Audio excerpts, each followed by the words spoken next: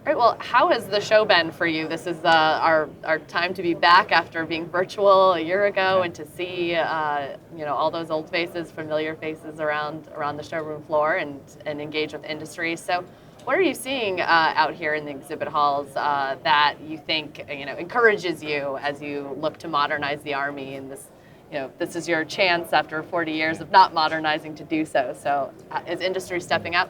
No, absolutely. I think it's been a great show. What I'm really excited about is the innovation that industry is showing. Our new way of going after new systems is not to come out with these very prescriptive requirement documents. So we're putting out characteristics, we're telling industry what we think we need, and they're coming back with some great solutions. What are some of the things that you're seeing? I personally observed a lot of modular open system architecture solutions, and also lots of new electric versions of things, looking at alternative fuel.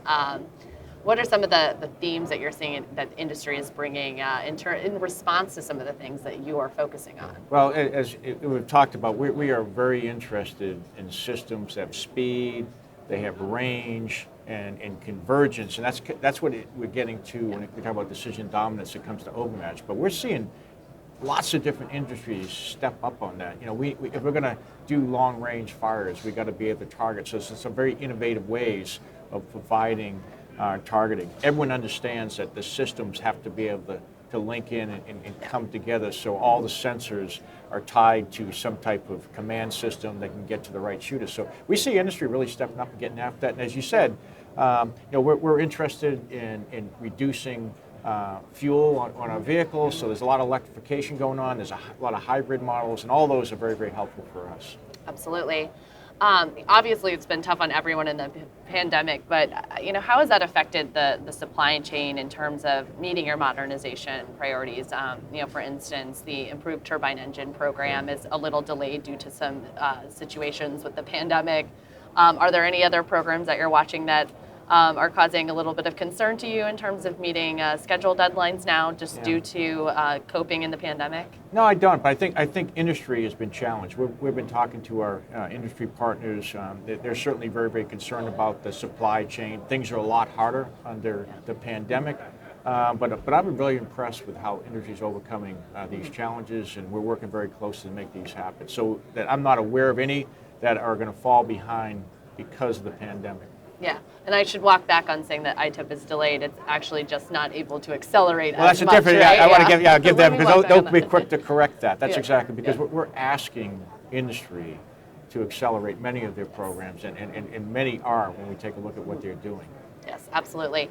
The Army outlines its modernization priorities under your leadership, and you've staunchly protected those priorities, and also how they rank. Is that getting a fresh look now, as we're also coming out with a new national defense strategy? Do you think that the priorities in the program should get a look at, should you look at how to organize those differently? Well, I think we're always taking looks at what we're doing. As we talk about the budget, we're going to give the best Army we can with the resources that we get. But we're strong believers in the future systems, the 31 plus 4.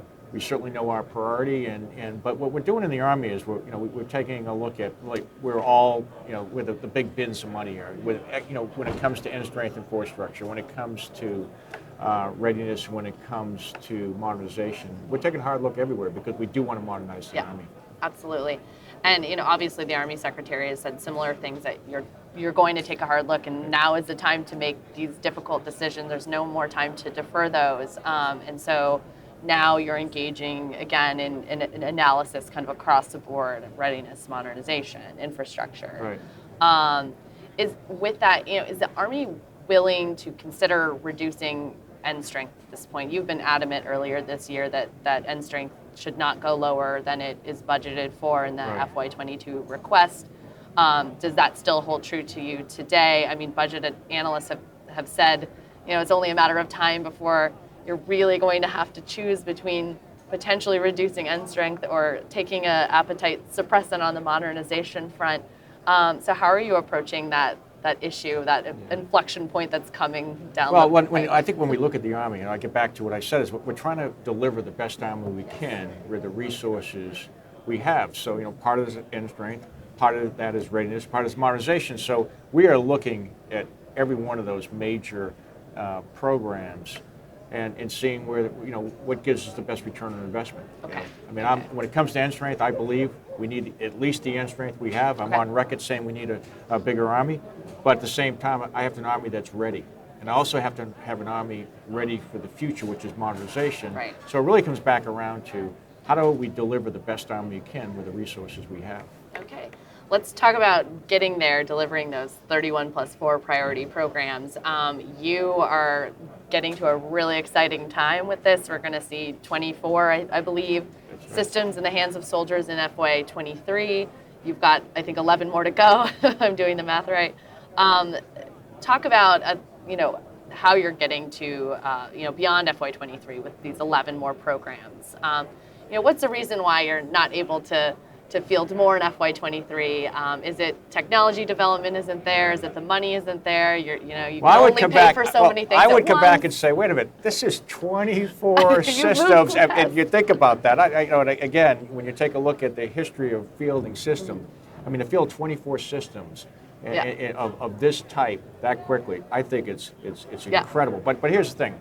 You take a look, the systems aren't quite ready to be fielded, like future long-range assault aircraft. Well, we're picking a prototype, within the next year. That's pretty amazing to go with how quick we've done that. And and so we're flying before we're buying, we're driving before we buy also. And in the process we're doing is by, taking a very progressive approach where we come up with initial concept, we do a detailed design, we go to prototyping. That way as we move through the process, we don't end up with a system after we spend a lot of money that we don't want. Right. And so we feel very comfortable with the way we're doing it. It takes a while to build new aircraft because these are transformational aircraft. It's going to take time to build a transformational next generation combat vehicle, and we want to spend the time to make sure we get it right. Yes, absolutely. And hopefully virtual AOSA is a thing of the past, That's never right. to be repeated again. That would be great. Thank you so much for joining Yeah, me. thank you for having me. Thanks, Jim.